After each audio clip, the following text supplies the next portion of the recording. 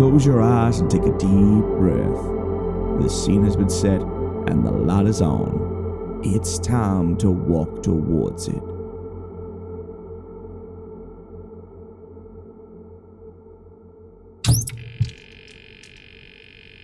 Static glares through a faded oblong-shaped television. A relic from the 90s the masses have long since abandoned. After a few agonizing moments, it connects to the local channel and life begins to erupt from the screen. Pixels hurry to form vibrant colors and all too perfect teeth. A trained voice bleats out the usual dreck of the media's introductory platitudes. This is a special news bulletin from the Sturgeon Nexus, your #1 source for news, covering Angleron, Dondella County, Dondella, and of course, Sturgeon Central. Your anchors, J.J. Watson and Trisha Hill. The man, unsettling in his porcelain skin with no visible blemishes and pillar-structured teeth, bears them at the screen with an almost knowing hunger before his dead eyes flick to life as if someone flipped his proverbial switch, speaking clearly and concisely as TV people often do. We apologize for interrupting your local broadcasts, but there's been a crucial update in the ongoing Andline case. Moments ago, investigators confirmed the identification of 3 missing Jane or John Does. They were found in a mass grave 3 miles from the Dondella Cemetery, where they had been suspected to have ended up. Further details were not made public at this time, but senior investigators did promise there would be updates once the inquest had concluded. All 3 bodies are now with the senior coroner in Dondella County. The woman chimes in, visible disgust and distress riddling her pristine features. Not a single skin cell out of place or bereft of defects. No, they wouldn't allow that on camera. She has to look even better than him, so the producers say.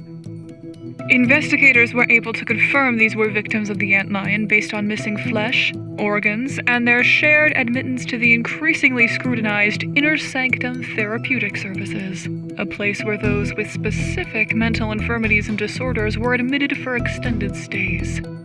While the methods used are largely kept private, information has leaked out that has both locals and legislators concerned.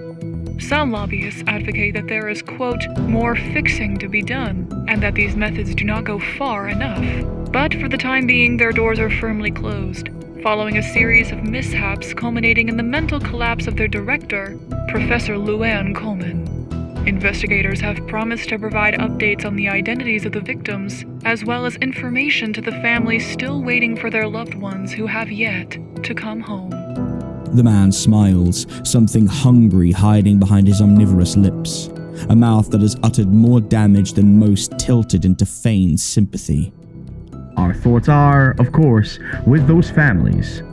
In other news, the Day of the Fireflies is coming to Sturgeon once again, where all cultures unite to give something precious up to the umbral door. What will you give over?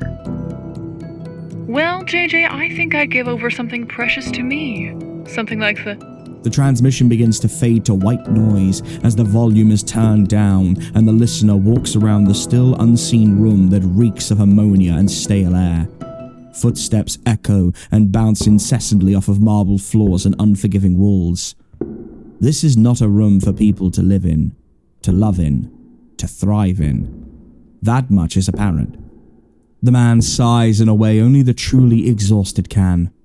This job was beneath him, and he resented being called out in the dead of night to perform routine autopsies that could be done by his juniors. But the DA had been insistent on expediency, and his students could learn much from him upon hearing his dictations back. What use was there in fighting? He needed a vacation, that was certain. Still, it would be over before long.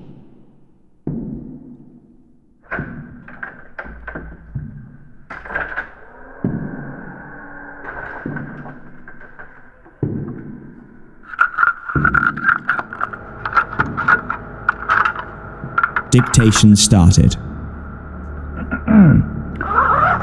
This is the first of 3 autopsies we will be conducting today. It is 1:57 a.m. on the 18th of December, 2023. My name is Dr. Miles Bancroft, and I am the senior coroner and pathologist in Dondella County. Alongside me is Dr. Gordon Faust from the Dondella branch of St. Martin's Hospital, and he will be assisting me during the first 2 autopsies and leading the third. You will forgive any informalities during our transcripts. These are being requested for internal use only, and I'm sure the DA will overlook any potential unprofessional quantities in our dialogue. Mr. Faust does enjoy his banter. Faust interjects. A slimy, surreptitiously dirty tone ekes out of every consonant he speaks. He feels foreign on the ears, unwanted, uninvited. I am merely here to do my duty by the association. If you wish for me to leave, I'm quite sure the governor would understand. No, that's quite all right. We will proceed, if you're ready. External examination. Summary. The first body is presented in a black body bag. At the time of examination, the body is not clothed. The body is that of an underdeveloped, malnourished 30-year-old Caucasian, measuring 64 inches in length, weighing 122 pounds, and appearing generally consistent with the age of 30 years.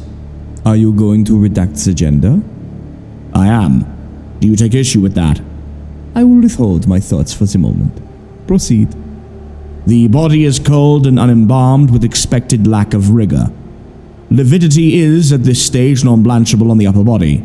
Some non-blanching lividity is present in the hands, right lower side and upper thigh, coincidentally matching up with all visible bite marks and missing flesh. If you'll permit me to speak candidly, these wounds were not post-mortem, and it is my determination that the victim suffered a great deal. The corpse's suffering is not relevant. They made their choices, and the association is not interested in your misplaced sympathies. Please continue. The scalp is covered by short, cropped blue and green hair. The body hair is reduced and shows signs of routine maintenance to keep clear. The skull is symmetric, and there is evidence of repeated trauma in the parietal region. My best estimate is the doe was subjected to repeated bloodletting based on the numerous holes within the skull. The eyes are open and the irises are green. Pupils are asymmetrically dilated. The teeth are mostly natural and well maintained. 2 back teeth are missing. The anterior chest is of normal contour and is intact, though there has been cosmetic surgery done and 2 scars surrounding the areola remain, with no palpable masses. The abdomen is flat and the pelvis is intact. The external genitalia are unremarkable. That much is apparent. What a waste. May I remind you, Dr. Faust, this is a person laying dead in front of us. A person whose family and loved ones are desperate to know how they ended up in such a horrific situation. Doesn't look much like a person to me. More like an anomaly. Perhaps you should remember you are dealing with a corpse, Dr. Bancroft. It hasn't got feelings. I dare say it barely understood the concept in life either. Come now, your heart is bleeding so much it may as well be on the metal slab alongside this waste of meat. I will have no more of this disrespect, Dr. Faust. You will refrain from behaving in this manner or I will lodge a complaint. Am I understood? Crystal, sir. Very well. The back is symmetrical and intact. The upper and lower extremities are symmetric, normally developed and intact, though the right arm and thigh do have multiple scars, likely induced via self-harm. The hands and nails are damaged. I note torn ligaments in the left middle, index and thumb. The right hand is entirely broken and the nails split with soil, hair and skin underneath. These will naturally need to be inspected. Scars are present on the chest, right arm, and right thigh. Tattoos are apparent on the feet, forearms, left finger, left ear, neck, and back. Internal examination. Summary.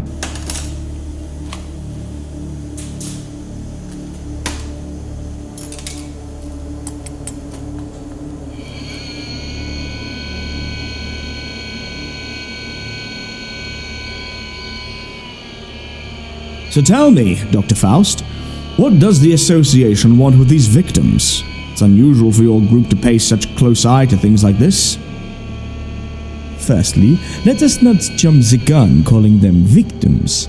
These people made decisions based on their weaknesses and illnesses to be where they ended up. We do not know for certain of their victimhood. Secondly, the Association for St. Martin simply wants to ensure due diligence is carried out on a case such as this. We are all, of course, closely tied to the methodology and those impacted by it. I will do my best not to interfere too much, Dr. Bancroft.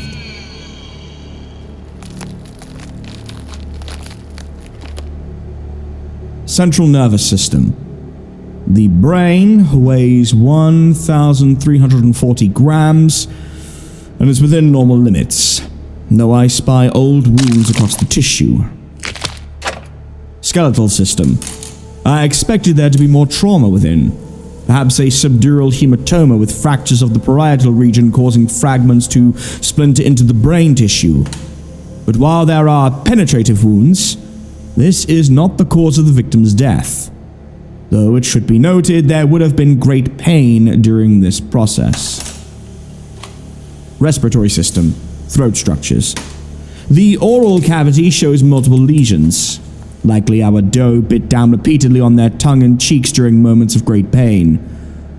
The missing teeth could also be explained this way if the doe was subjected to blunt force trauma.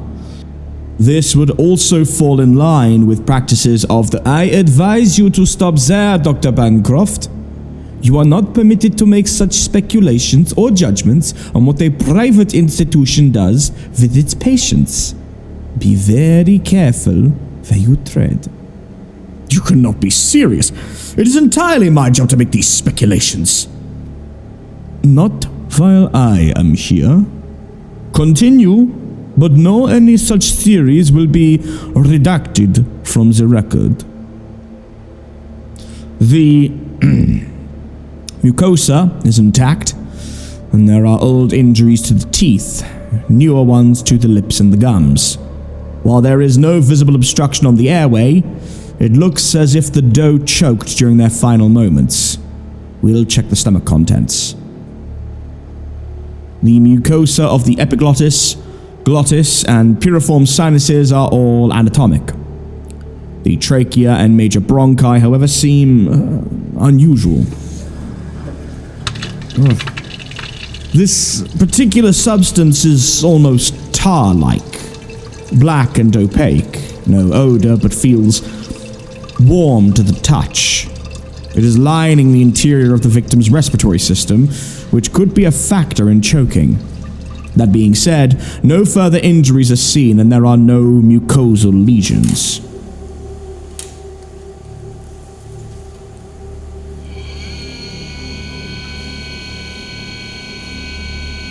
I take it you believe in alternative medicine, Dr. Bancroft. Not a fan of the traditional ways. You never change, do you? Can't leave well enough alone. Always prodding and poking at anyone who leads a lifestyle that doesn't fit with your worldview. You were always an instigator, even before it became the in thing to make your name off of being an unmitigated prick. I prefer to think of it as enlightened and unrestricted. I do not tiptoe around anyone, that I will not apologize for my views on how I think things should be. I think the current trend towards softness is a disease, and I aim to be part of the cure. So more restrictions for women, for queer people, and the most vulnerable in our society so that they don't end up on this slab. Keep them locked up and kept away from the sight of white men.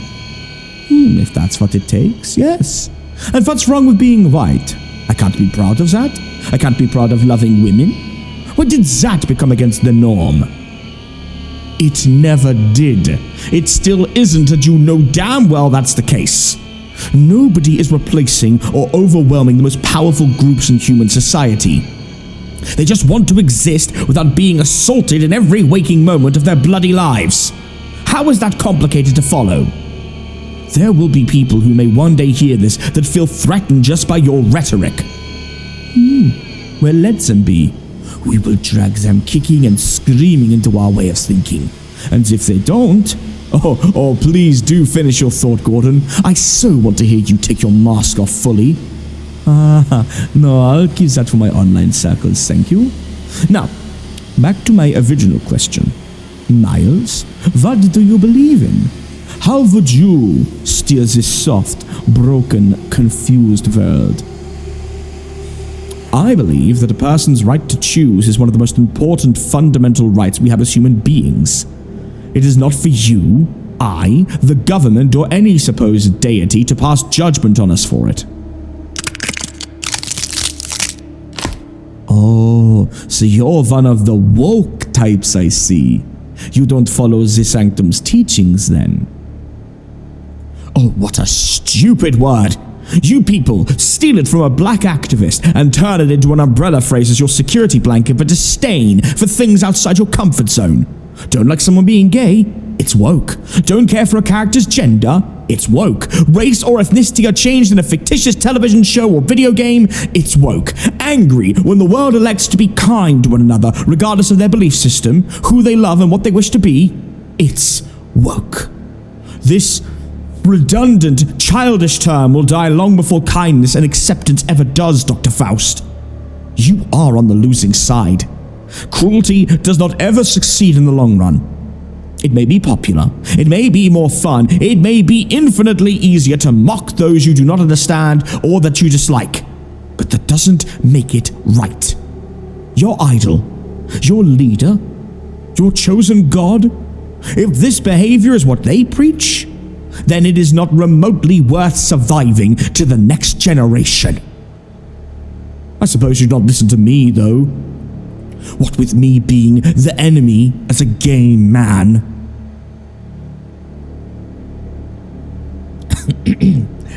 Don't be ridiculous, Dr. Bancroft. You are one of the good ones. At least we know what you are. I can see I've upset you, so I'll leave and let you calm down. I'll be back for my autopsy.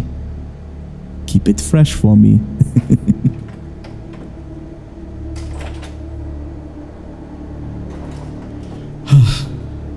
That was not professional of me. I will make a note to redact the dispute and the submission of failure once the initial draft has gone out. Forgive me to those listening. My professionalism must always come first. But, if I may, in my line of work, I've seen many horrible things done by truly demonic people. Some due to bad choices and addictions, some in the heat of the moment, others for their own gain. But this, attacking someone, anyone, for the way they choose to live, someone not hurting anyone else. It is inhumane, and I will treat this doe with the same respect I'd show my own child as I would if it were a victim of religious persecution or ethnic targeting. Dondella is not the place it used to be. There's a foulness in the air, as if something is manipulating the very particles around us, pushing us towards some unknown evil. Maybe that is what the victim eventually encountered. Poor thing. The lungs weigh right 370 grams, left 352 grams. The lungs are unremarkable. Notes have been made for the lesions and mucosa. Cardiovascular system. The heart weighs 370 grams and has an abnormal size, but normal configuration. Evidence of some kind of infection present. As I inspect the aortic valves, I can see the black substances coating them. I also note it as blocking one of the ventricles. This would have ultimately been the main contributor to the victim's passing. Gastrointestinal system. Now this is curious. The mucosa and wall of the esophagus are intact, but they're a melange of black and pink. Whatever was assailing the trachea made its way down the throat and into the stomach. No discerning lesions or injuries, though I do not wish to assume this black substance is in any way healthy.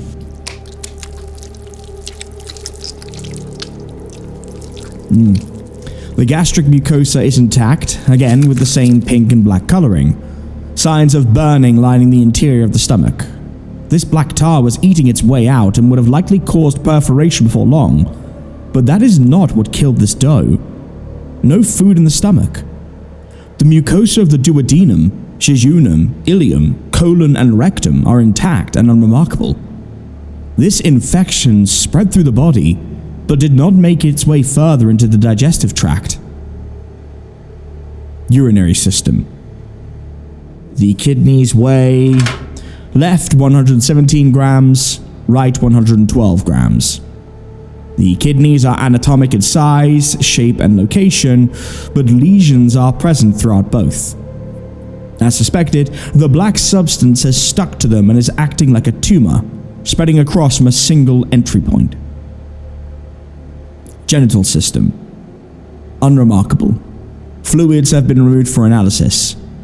It should be noted that there are pieces damaged. This damage was inflicted post-mortem. There is a branding of a cross on the left thigh. This was not done post-mortem. Description of injuries. Summary. The black tar substance present throughout the body would have contributed to a fatal heart attack following the blocking of the right ventricle and failure of the aortic valve. At present, I cannot say what this substance is, or say definitively that this was the cause of death, but I am hoping that after inspecting the other two victims, I can piece together a bit more of the last hours of these unfortunate people. I will, however, state that the victim imbibed this caustic liquid, likely under duress or forcefully, and its slow-acting agents caused their demise. It is, in my professional opinion, a homicide, and with the bite marks across the tender parts of the body and roughly 11 pounds of flesh missing, this is in line with what we know of the antlion killer.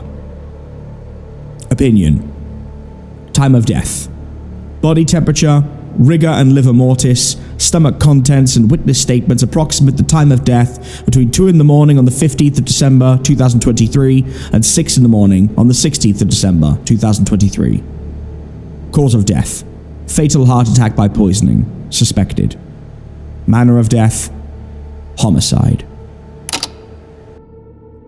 Dr. Bancroft takes a deep breath, bags up the first doe, and prepares for the second autopsy. He thinks of his family at home, the sense of fear constantly permeating the atmosphere, as if something was always haunting them. The outside world really wasn't the place it used to be. People weren't the way they used to be. Sure, no era is ever safe, and historical revisionism is a malady of the mind used by elected officials to make us hate any changes. He knew that. He clung to that, and he reminded himself of the trappings of such thinking. But that didn't mean that there wasn't an ugliness in the world that hadn't been there before. No. Maybe that was naive of him. Maybe it had always been there, lurking in the shadows and in hidden rooms that people boarded off for their own good. But when they thought it was safe to come out, they broke down the barriers and reared their heads to see if this world would be more accommodating to them.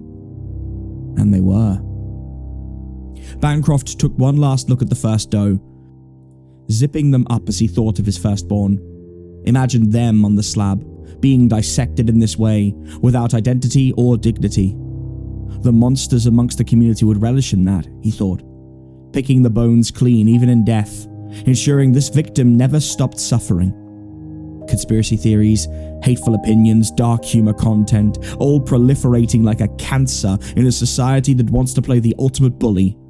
One who berates, beats, and abuses its victims, even in death, but would cry a foul and play the victim the moment they are challenged by someone else.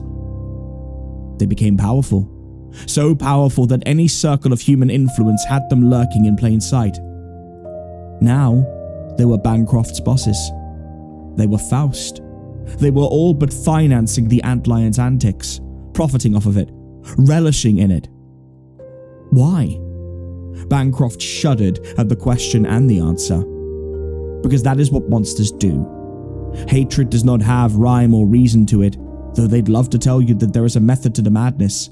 Their chosen god doesn't like it, it's not normal, it's harming their own kin. Doesn't matter. So long as the reasoning holds water with their other monster populace, desperate to sink their teeth into more flesh through their antlion, the antlion they helped make. Even now, if they so much as heard his thoughts on this, these calls for compassion, understanding, and love, it would fall on deaf ears. Bancroft thought back to his religious upbringing, long since abandoned, to the ideas that God was a benevolent entity who wanted the best for everyone. But that was a fallacy, Bancroft thought, as he looked at the partially eaten body of the second doe. God was a drunk driver asleep at the wheel, hurtling a vehicle containing all of us down a dark country road with the lights off and no seatbelt on. Time to move forward.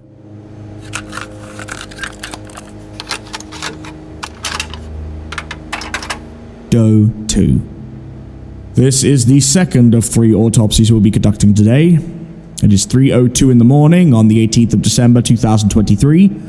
Once again, my name is Dr. Miles Bancroft, and I am the Forensic Pathologist in Dondella County. Senior Coroner Dr. Faust has stepped away until the third autopsy, and I will be conducting this on my own. I would again like to apologize for the unprofessional outburst and subsequent disagreement between myself and Dr. Faust on our last autopsy. I recognize it will be redacted for public consumption, but to my colleagues in the DA hearing this, I will apologize unreservedly. Professionalism before emotion. Let us begin. External examination. Summary. As before, the body is presented in a black bag. There is a note attached to the top of the zipper. I was not aware of any prior inspections of the body, so I am assuming this was one of the detectives who found the body.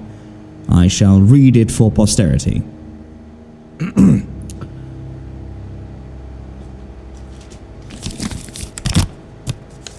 This body has several irregularities and abnormalities. We think this doe to be... and there is a file on them if this is proven to be true. Please check database upon first suspicions of positive identity and contact if confirmed. This is...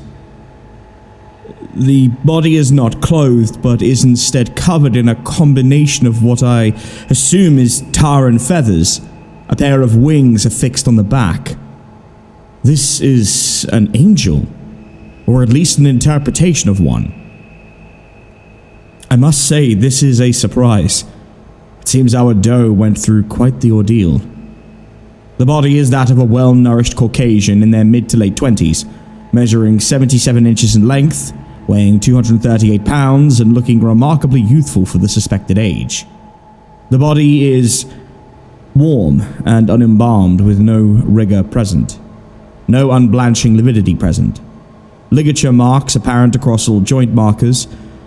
Bruises on the upper interior, thighs, knees, elbows, and right side jaw. The scalp is covered with long, 18 inches to be precise, of grey hair. It does not appear to be dyed, suggesting a congenital condition rendering it grey. There is no pronounced body hair anywhere on the body, suggesting, again, a condition that inhibits the produce of hair. The eyes are closed. Upon opening them,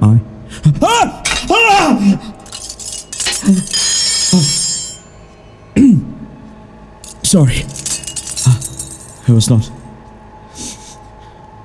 was not expecting that. Left iris is an emerald green. Right iris is azure blue. Our doe was a recipient of the heterochromatic gene. My startling came from the pupil's dilation upon my examination. A trick of the light, perhaps, for they are now asymmetrically dilated. The teeth are... Hang on.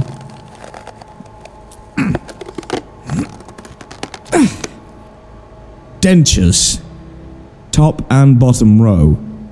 Likely fitted from a prolonged substance issue. ED, medication dependency, injury, or other unknown genetic issue. Hard to determine at this stage. Looking at the gums, they... Well, that's curious. The gums appear to have small, sharp teeth growing, protruding out of the lining by approximately 1.5 centimeters. They look almost like shark teeth. A cosmetic procedure gone wrong, perhaps. We'll file for study later. Appear to have caught my finger on one of the teeth. Sharp little things. The anterior chest is of a flattened contour and has been crushed. The weight of something heavy dropped onto them, likely being the cause of death. The abdomen, too, has become concave. The pelvis, however, seems to be intact on first glance. The external genitalia... It appears that this time there is something of note to report. Our second doe is a eunuch. There has been considerable work done on the lower extremities, and whoever did it was certainly someone with extensive medical knowledge. Clean incisions, no sloppy aspects to the procedure. I will investigate further after concluding the external examination. The back is symmetrical and intact, signs of internal trauma present from the crushing. The wings are likely affixed to an indentation beneath the shoulder blades, an incorrect assertion of how winged humans would perform. I'm going to separate the wings before continuing the autopsy.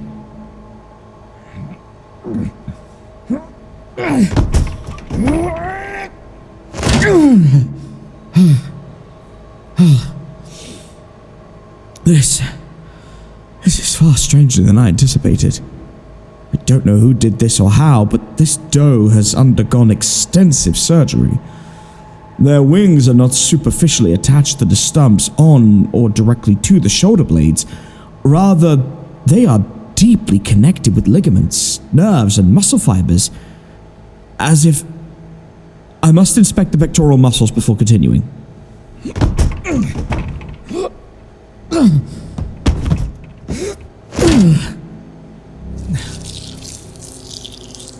Fiction enjoys showing us winged beings, angels if you will, flying gracefully with two wings on the back, but this would never work. The muscles need to be stronger and act like additional limbs. That is why the pectoral muscles would need to be significantly stronger, denser, bigger. Or have a smaller set of pectoral muscles beneath the main set. Pseudoscience, yes, but I am looking at it right now. This person either underwent multiple invasive surgeries to have this done to them, or they were born this way. Naturally, I will lean towards the former, which unfortunately ties us into the antlion's modus operandi. I just did not envision it being this virulent within the victim's body. I will leave the wings for the time being. This is uncharted territory.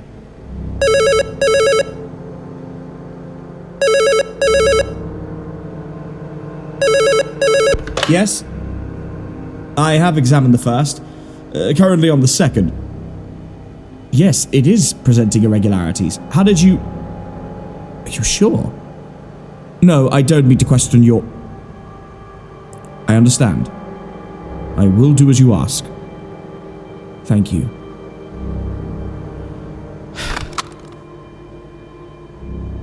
The upper and lower extremities are symmetric, normally developed and intact, though there are signs of surgical work done on all four limbs, likely muscle replacements. The hands and nails are clean, no evidence of injury present, no markings or tattoos visible. Internal examination. Summary.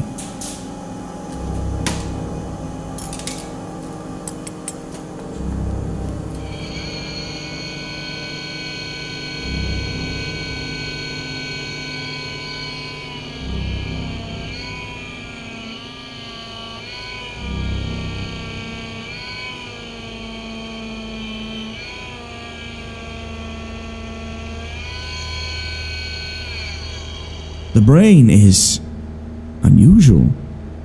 It has multiple white lesions across it, a mold-like substance perhaps. No, that can't be right. The brain weighs 1,515 grams. This is definitely unusual. It feels as if something is vibrating within the brain itself. I'm going to dissect and check.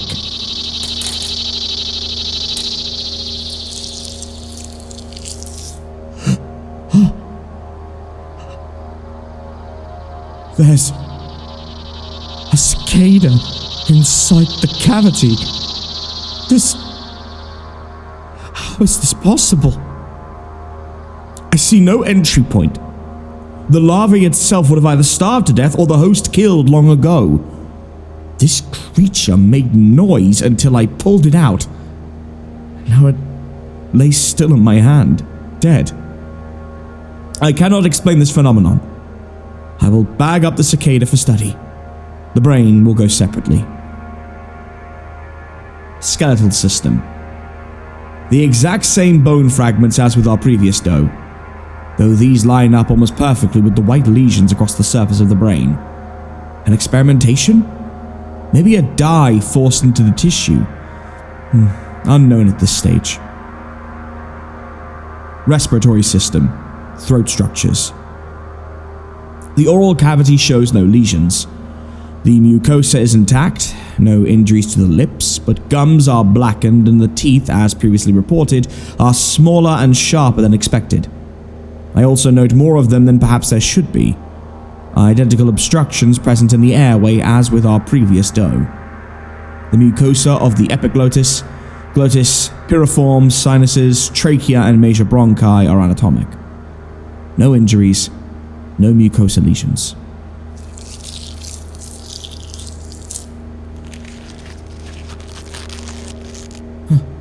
Rings. Concentric rings underneath the epidermis. They run smoothly where the ribcage should start and cover the anterior area to the bottom of the navel. I count 12 of them. How is this possible? What monster did this to a living creature? It appears the rings are removable. I will do my best to keep them intact as I cut them free.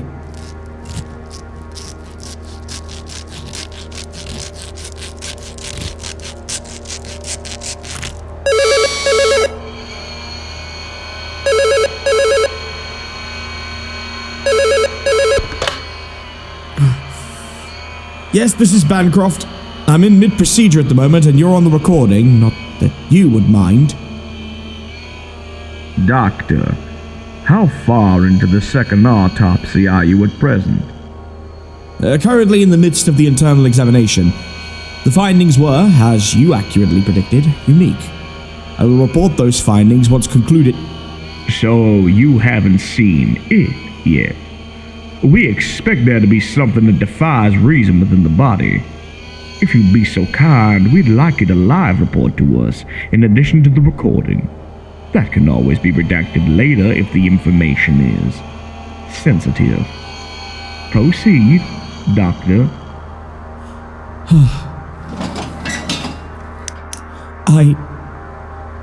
This is... Go ahead, Doctor. Report what you see. I'm staring down at a sprawling, densely packed city running from pubis to clavicle, seemingly hidden underneath the concentric rings, though the space defies understanding. There's spires on top of houses and municipal buildings jutting up to just beneath the last layer of skin. Their black brick design reminiscent of Victorian-era housing, but with an immediately far more uncomfortable atmosphere surrounding them. There's a culture of some sort in the space where the stomach should be situated. No, not a culture.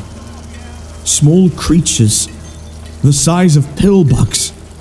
Red eyes, cavorting in long flowing robes, their faces hidden and only small spindly appendages coming out from where hands should be. Some seem to be conversing openly on the streets, others ferrying large carts of food, which appear to be pieces of the victim's organs, from one place to another. How is this possible? How is any of this possible? I know Sturgeon is a unique place, but surely this is an elaborate hoax. A pre-made body with lifelike organs, or perhaps a... We know what it is, Dr. Bancroft. So do you. Let's not waste precious time pretending it is anything else. The antlion has been here. Continue your observation. dispense with the normal proceedings. I see small picnic tables where these things have gleefully torn pieces off of the doe's flesh, spewing a viscous black liquid around their dwelling and pasting it to the walls. This seems to be conducive with the liquid found in the throat and that of the first doe. Whatever the black liquid touches, the internal walls seem to grow a virulent mold that sizzles as it spreads. In the center of this strange, macabre facsimile of a town, there lays a pedestal atop a series of remarkably built marble steps. A pair of statues standing on either side of a pyre that's connected to a thick black pipe. An antlion on the left and, on the right. There's a larger cloaked individual stood in front of a crowd, speaking impassionately in a language I can't understand. But his hand signals and accompanying imagery certainly explains his agenda. Sacrifice.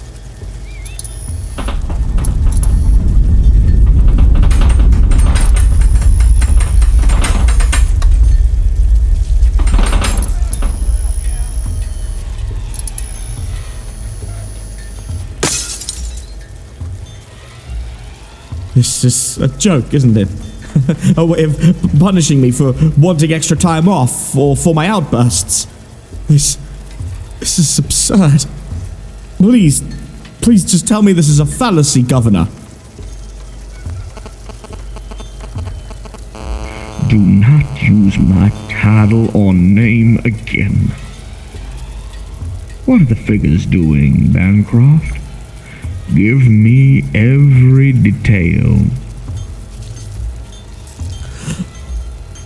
There's a small, screeching individual brought to the front forcibly by members of the crowd, now chanting eagerly as the poor soul is thrown at the preacher's feet, struggling to get up and staring around for help from someone, anyone. They're looking from hood to hood and pleading, reaching out in easily grasped signals of understanding. But nobody's coming to their aid. They all simply point to the pyre. The dark flames have been lit and they pulled their hoods down as they shoved this person onto the fire and sang a chorus. My God, they're cicadas. Each one of them a bulbous cicada, now screaming their chorus. But the one they pushed in, it looks different.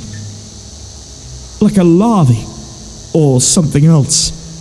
They beg for clemency, for help, in any language that's universal. But the fire burns, and so their resistances cease.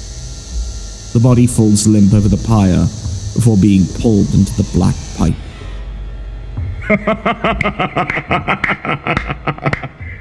Remarkable. Simply remarkable. Manifestation is truly something. I'm glad I could be here to witness it through your keen eyes, Doctor. It's not often I get to plunge my hands into the muck and the mire of the outcasts. Should you discover anything else, include it in your report.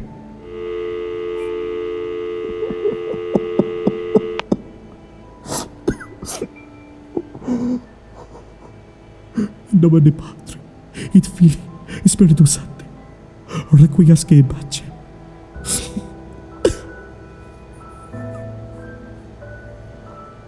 I may not believe, but I hope Noldus guides you to safer shores than the ones you ended up upon in this life. I hope they grant you amnesty, clemency, safety, and love. I'm sorry we failed you. The best I can do is report this to the detectives before the other superiors, and hope they catch the animal that did this to you.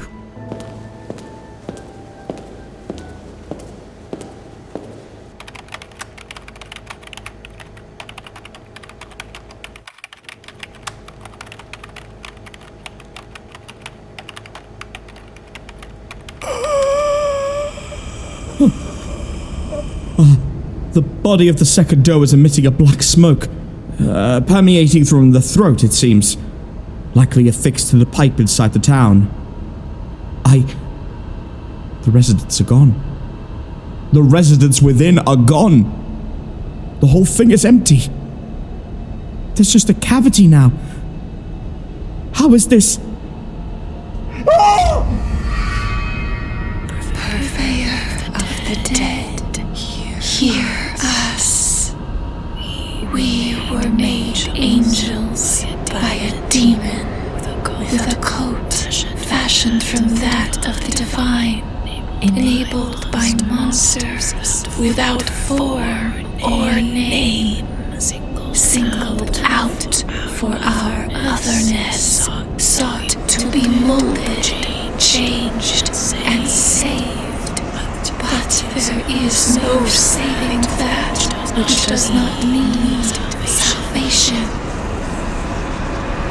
Lure us with blackmail, manipulation, understanding, entrapped us, changed us, devoured us, denied us rest. The antlion is growing. The tarred angel of Dondella has a secret, has many secrets, but only one matters, Doctor. Only one will make a difference. The grave digger, the stargazer, the artist, the traveler, the playwright, the reclaimer, all are connected, all manifested. Join the dots, kill the antlion in its den. Drown it, starve it, burn it, eat it, kill the antlion, save our souls. I need to get out of here. Bancroft? You look as if you've seen a ghost. This body's beginning to affect your constitution. What? Did you not hear the... with the wailing? I'm afraid not. You're tired, Doctor, and I likely didn't help with my ugliness earlier. Forgive me. I will take over from here. I assume the second door is almost finished? Yes. Yes. Cause of death was the black mold we found on the first dough. I may need to inspect further, but a break would be nice. I will simply observe this one. Please go ahead. This is the final of the 3 autopsies we are conducting today. It is 4:14 in the morning on the 18th of December 2023. My name is Gordon Faust, and I will be leading this final autopsy into our third doe found at the crime scene. I realize this may be out of protocol, but I will be doing this in a more informal manner than Dr. Bancroft, with permission from our seniors at St. Martin's Hospital. So I will do my best to be respectful during the process. Shall we? External examination. Summary. The third body is presented in a black body bag. At the time of examination, the body is fully clothed, wearing a black hoodie, fashionable hakama pants, leather boots with straps, and several charms adorning the body. It is unknown why this body is the only one clothed. The body is that of a well-nourished, normally developed Caucasian aged between 18 and 25, measuring 60 inches in length, weighing 116 pounds, and appearing generally consistent with the age range specified, though this is speculative. Gender is unknown at this time, though we will soon ascertain that.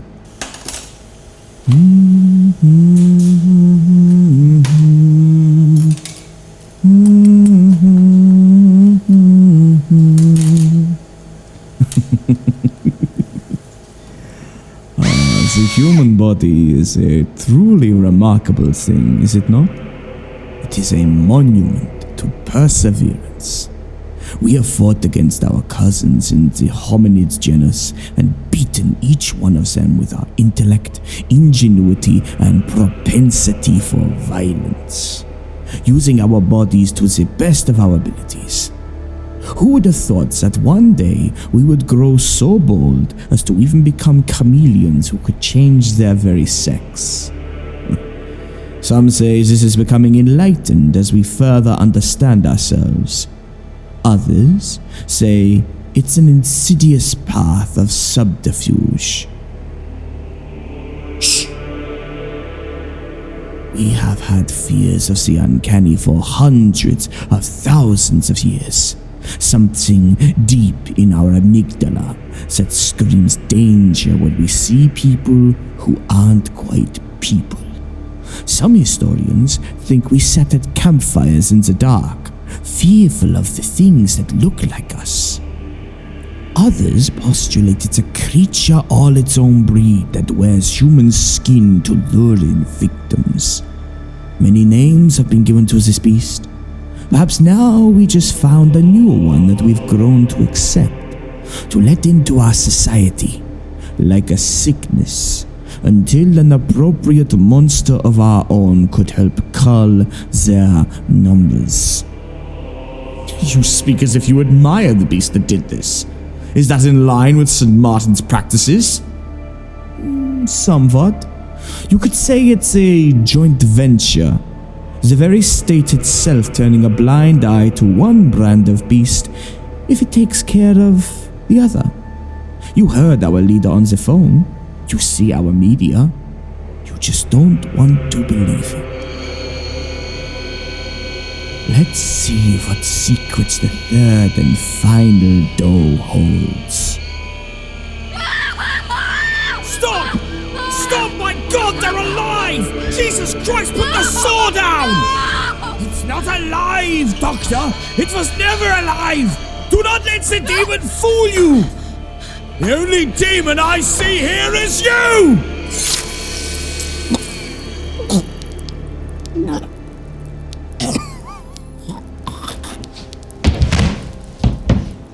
It's all right. It'll be okay. We're going to get you help. I know you're scared. I don't know how this happened or what you remember, but we'll make this right. Can you tell me your name? I know it's hard, but please, try. Gerhard.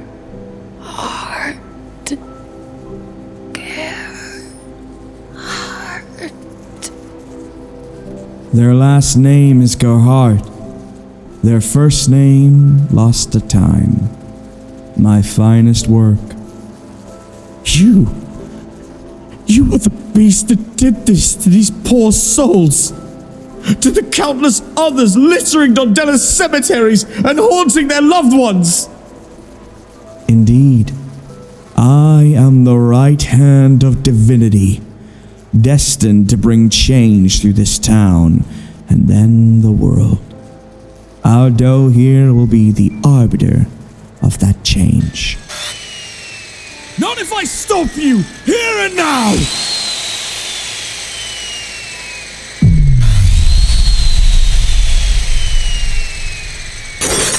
Hush now, little man, for there must be a witness to my deeds. You will be the one to sound the trumpet, heralding the end of Gomorrah and the start of something beautiful. At their hands, with my guidance.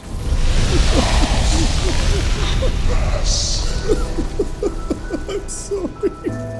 I'm so sorry. I failed you.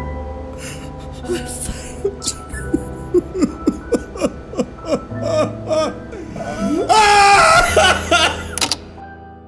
Dr. Miles Bancroft took an extended absence following this incident. While he tried to reason with the higher-ups at St. Martin's, he was summarily shut down and put on paid leave. The inner sanctum offered him aid for what he experienced, but he refused. One night, he was paid a visit by two individuals claiming to be from Sturgeon's information agency, politely but sternly reminding him he endangered others' safety if he talked about what he saw. Specifically, about who he saw. He acquiesced and took his family out of Dondella shortly after this encounter, but not before dropping all his findings to the detectives in charge of the antlion case, those piecing together the events as we speak, at great risk to his own well-being. Somewhere in Dondella County, a TV flickers to life in a desolate room. Its lone occupant's exhausted and pain-rattled skull jerks up at the slightest hint of stimuli and begins to focus on the colors of the logo. This is Sturgeon Nexus, the nexus for your news across Sturgeon, Menosha County, Corolla, Angleron, and Dondella County. Here are your hosts, JJ Watson and Trisha Hill. Those two reporters were back again. Something looked different, but the occupant's vision had yet to fully recover. This was still a learning curve for them as the tanned one with the booming voice spoke. Good evening, Sturgeonites. Tonight we bring you news of a most macabre kind. A mortuary clinic in neighboring Dondella County, the site of a grisly murder, a terrifying error, and unexplained phenomena. OF Province has more. The camera cuts to a young reporter standing in the middle of a location that makes the occupant's synapses scream when it comes into view. Sterile, white, cold, ambient, violent. They were there once. Thanks, JJ. It was here, at the Buck McGraw Memorial Hospital, deep in the bowels of its mortuary clinic, that senior coroner would undergo quite the experience. While investigating the recovered bodies of those suspected to be victims of the antlion killer operating in Dondella, it would go from a macabre affair to a downright horrific one. Visiting assistant Gordon Faust would suffer an accident with a circular saw, and in the aftermath, the body of the unidentified third doe would go missing. Dr. Faust was, of course, well known for his divisive opinions online, and causing no shortage of animosity towards marginalized communities, but had plenty of support to boot. In recent months, he'd even been caught associating with... The voice continues on for some time as the occupant's head spins. They knew this man. This Faust, this hateful, spiteful little creature. The one who had attacked them. Why? Why would he... The reporter is wrapping up as it goes back to the studio. Our thoughts go out to Dr. Faust's family and the recouping of Dr. Bancroft.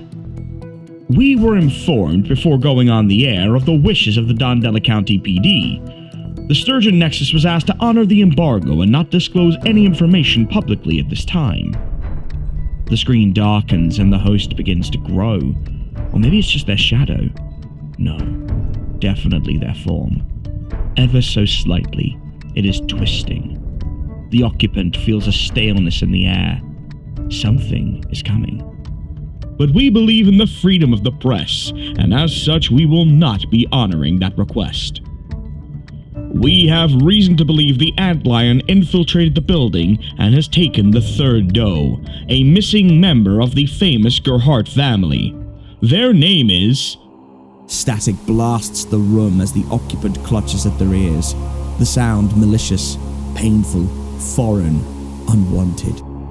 The broadcast wraps up with a sign-off that leaves the occupant chilled to the bone as heavy footsteps and the buzzing of flies begins to encroach on the last vestiges of safety they still have. We will provide more at 11, but for now, we return you to your scheduled programming after a word from our dear sponsors. The smile creeping across the host's face is enough to make the dead switch graves and turn a rainbow gray.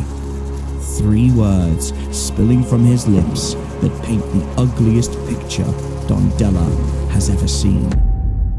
The Inner Sanctum. Take care out there.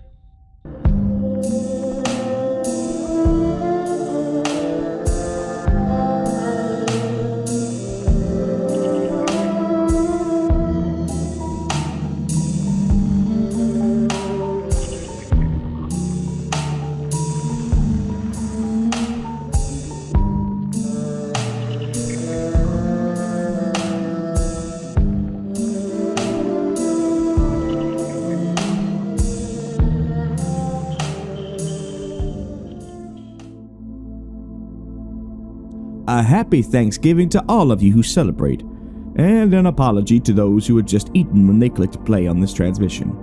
I cannot imagine the food has stayed dormant inside you for that long.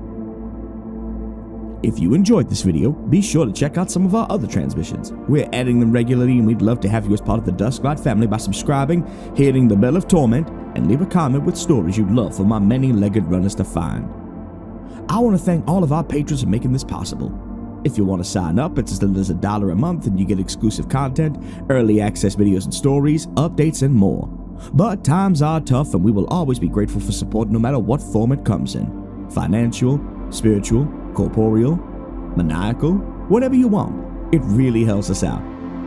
Dusklight gives thanks to our Sturgeon faithfuls, Asherbell, Haley Clark, PRDDL12, Sabrina Alexander, Jason Webb, Larry W., Casper Noren, Purple Crayon Eaters, Amara, Pesky Opossum, Candyman Gloving, Max, Square, Feeny Von Karma, Newman Borders, Death 31, Heather Cayley, and new recruits Mike and Dave. Our janitors, Alex Nunez, Amy Sean, Scott, Arkham Cookie, Sabil Eclipse, Jimmy Ricardo. Our nightmare detectives, Adrian Rodriguez, Ethan Nelson, Fox Clifford, and Gianni Di Lorena. Our Void Walker, Professor Creepypasta, and Rat Squatch. And our ever-expanding Blackwell family, Jacko Blackwell, Clue Blackwell, Tabitha Blackwell, and Papa Kyle Blackwell. We love and fear you all, and we thank you humbly for your patronage and look to see you bright and early for Dusklight orientation, purple crayons, and existential dread will be provided. And one last time, listeners, close your eyes and breathe with me. Remember, no matter how bad things are, how cruel people can be, and how heavy your shoulders may feel with the weight of the world bearing down on them, Dusklight will always be here to lift the load and provide you with some respite. Drink some grape soda. Have some marshmallows. Watch a video about the history of Kirby, and sleep on the cool side of the pillow with the window open and the stars twinkling down on you. Start and end each day with kindness in your heart. You matter, you are loved, and every day is another chance. I'll see you again when the sun sets and dusk enters the station.